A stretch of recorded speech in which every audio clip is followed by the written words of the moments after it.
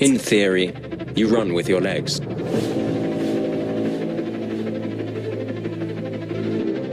In theory, stunts are done by doubles. In theory, you crack under pressure.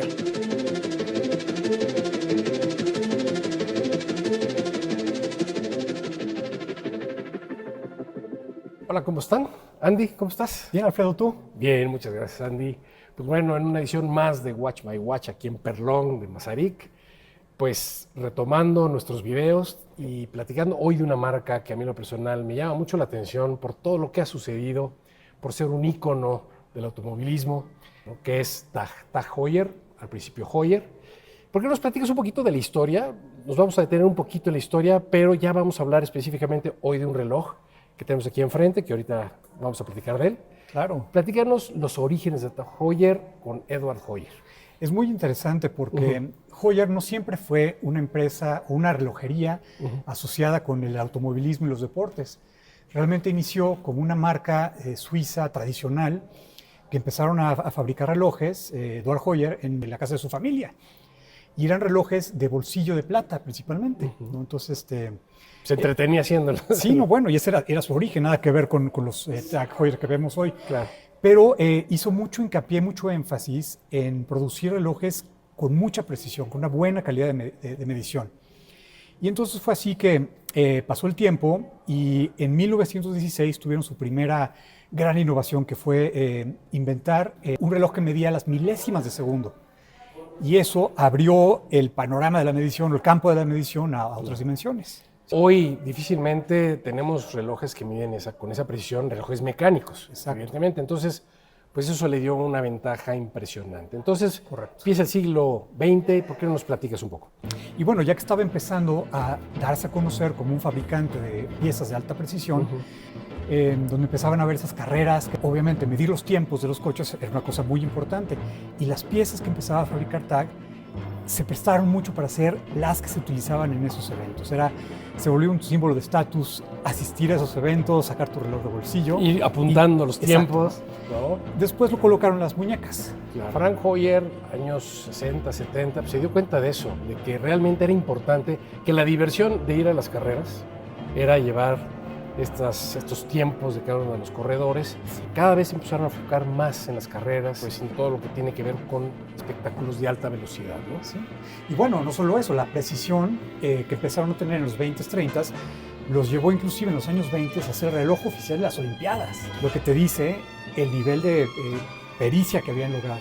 Digamos, un hito en la historia de Tag Heuer pues fue el hecho de que siempre dependieron de grandes personalidades, tanto del arte como pues, de los deportes, de estilos de vida, para identificarse como ganadores. O sea, el que ganaba una carrera, el que estaba en una película como Steve McQueen, el que tenía ese gusto por la velocidad, pues automáticamente Tag Heuer estaba ahí, ¿no? Y entonces, bueno, pues viene la crisis del cuarzo, ¿no? Sí. Y les pega también, no son rescatados por nadie.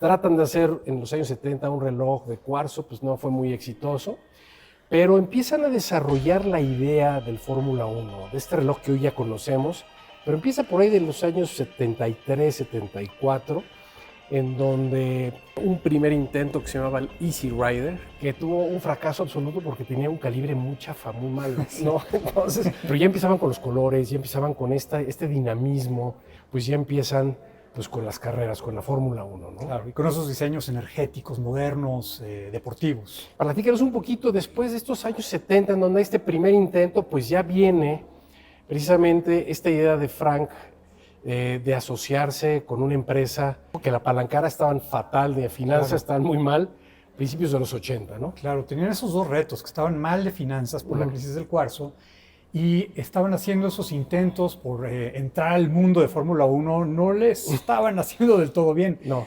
Pero entonces, en 1985, llega una empresa, Tag, ¿no? Technique Vanguard, que era una empresa...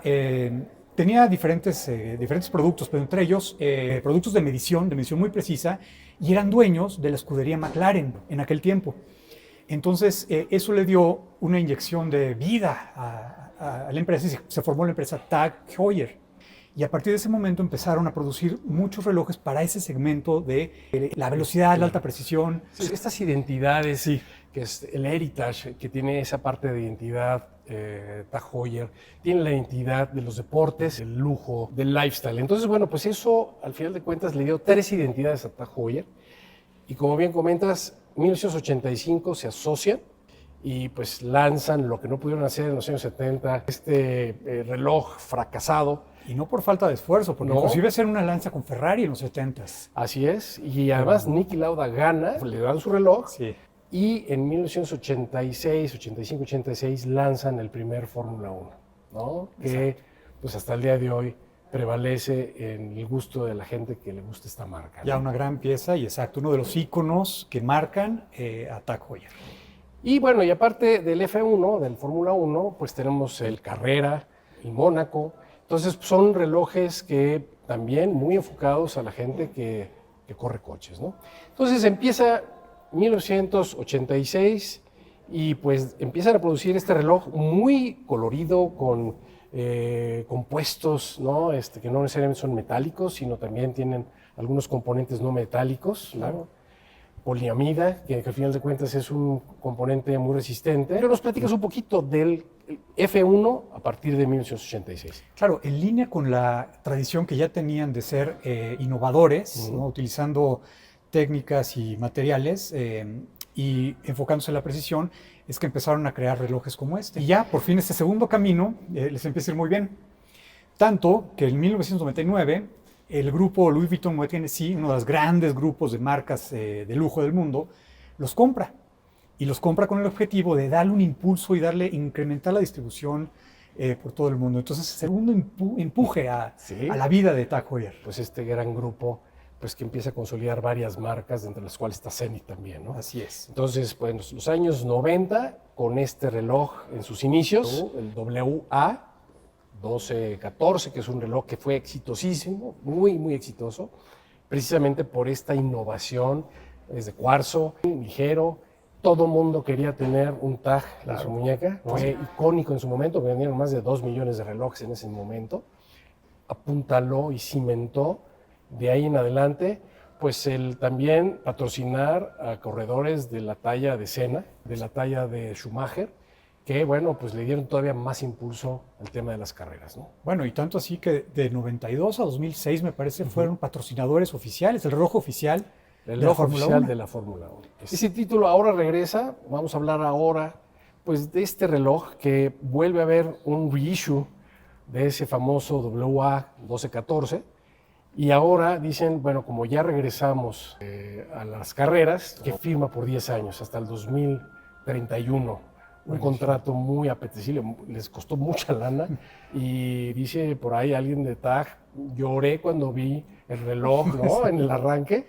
Entonces, bueno, pues esa es la historia romántica, interesante, icónica de la marca, ¿no? Particularmente este reloj, este es el Solargraph, se avientan el tiro de sacar un reloj pues de cuarzo para la generación Z, componentes biodegradables, solar, que tiene un diseño minimalista, porque al mismo tiempo recuerda ese WA 1214 de los años 90, ¿no? Aquí la gran innovación del reloj, además de que reinterpretan el modelo anterior, es justamente eso, introducir la característica de ser energía solar, porque eso está en línea con la tradición de innovación que han estado sosteniendo durante muchos años. Además, es una característica interesante porque la energía solar es aún más confiable que la energía de una pila de cuarzo. Y bueno, además de que el bisel es del mismo color que la carátula, otra característica muy bonita es el acero cepillado que tiene. Pensando que eres un piloto y estás concentrándote en el camino, no quieres que nada te deslumbre. Claro, Entonces, claro. el matizado va de acuerdo con eso, igual que el bisel, que también es en un tono mate. El broche me parece muy bonito, muy práctico, ¿no? Aprietas los botones e instantáneamente se abre el seguro y se abre aquí la bisagra. Este logotipo lo vuelven a retomar. Recordarás que pues, le quitaron el color mucho tiempo, ¿no? Sí. Y otra vez toman el verde y el rojo, pues que era pues, muy emblemático de los años 90, ¿no? Y bueno, vemos en este reloj todas las características que hay en un tablero de medición de de un auto, de un avión, ¿no? Y eso me hace pensar que es uno de los elementos más interesantes de la marca, ¿no? Dices, relojes de Fórmula 1. Yo no me voy a subir a un coche de Fórmula 1, Claro. a un monoplaza, no hay manera.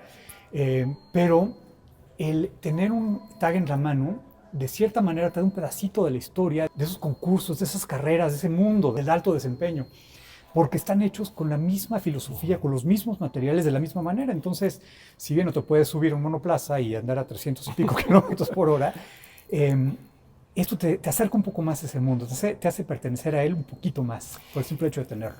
Tag Heuer hace algo brillante, que es manejar experiencias. Sí. Es decir, no te fijas tanto qué calibre tiene, no te fijas tanto qué reserva de marcha tiene, que por cierto, si tú dejas este reloj después de cargarlo en un cajón te va a durar 10 meses, y la pila, la batería te va a durar pues 15 años, ¿no? Quizás hasta más, pero entonces quiere decir que pues la gente lo compra porque le gusta, porque le trae ese recuerdo, y además este es un reissue, te digo, de este reloj tan icónico de los 90, pues la realidad es que Tag dice la experiencia, la remembranza, el sentido de pertenencia de una experiencia tiene un precio. Hay que reconocer que son genios en la mercadotecnia y que son relojes que venden experiencias. Y bueno, y que están muy bonitos. Y además dan el tiempo, ¿no? Este es de 38 milímetros, muy ponible, ¿no? Claro. Y lo puedes usar el fin de semana con unos jeans, o lo puedes incluso usar con un traje y se va a ver muy bien, ¿no? Claro. Además, si eres un deportista de alto desempeño, un esquiador, un piloto, no quieres un reloj que te estorbe en tu muñeca, no quieres una cosa muy grande. Entonces el tamaño también está pensado en eso. Sí, es bueno. Pues vamos a hablar del blanco. Es similar, ¿no? En tamaño y de hecho es igual en tamaño y tiene una gran característica este reloj. Este color profundo pues lo da la transparencia que tiene que existir para que pase la luz y que se pueda cargar, ¿no? El extensible le dieron un upgrade impresionante, sobre todo como comentas, con este broche que cierra de forma hermosa, ¿no? Y además el detalle bonito también que tiene es, además del tono blanco de la carátula de fondo, el tono de los indicadores de la carátula, que es un blanco diferente. Entonces eso, como son dos blancos, le hace dar una profundidad muy bonita al reloj. Llama mucho la atención, ¿no? Sí, y además encuadrado en ese círculo, ese disco rojo está precioso. Sí, está precioso. Entonces, y el secundero en rojo, porque en estos deportes los segundos son clave. Los segundos son clave. Y hay que reconocer esta gran labor de Tag, ¿no? Que alcanzaron el premio de la quinta mejor marca dentro de 50 relojes suizos. ¿Algo más que quieras comentar, Andy? Pues mira, cualquier coleccionista de relojes serio debe de tener un Tag en su colección, porque es, yo creo que la única marca suiza que está tan íntimamente relacionada con el automovilismo, la medición, el deporte rápido, ¿no? Esa esencia. Entonces, pues sí, hay que tener uno. Andy, platicar de la parte de atrás, si te fijas y recordarás, en aquel entonces pues era una especie de grabado con láser. Ahora le hacen este repujado maquinado, sí, que pues luce muchísimo el logotipo de Tag Heuer. Esos cuadros que evocan las banderas a cuadros, ¿no? De las carreras. Y la corona tampoco estorba, la corona tiene la misma tecnología de acabado, está muy bien colocado y tampoco te estorba, no te va a raspar, no se va a atorar, ¿no? Tiene sus guardas y además un contraste hermoso con la corona y el cepillado de la caja, que es acero, sí, parece aluminio. Sí, o incluso de titanio. Así medio... O titanio, pero es acero y eso le da presencia, le da peso. Sí. En fin, pues Andy, muchas gracias por haber estado hoy en una edición más de Watch My Watch. A ti por invitar. Y esperemos que se repita esta experiencia horológica aquí en Perlong de Masaryk. Esperemos que sí. Que tengas muy buena tarde. Igualmente. Buena tarde a todos.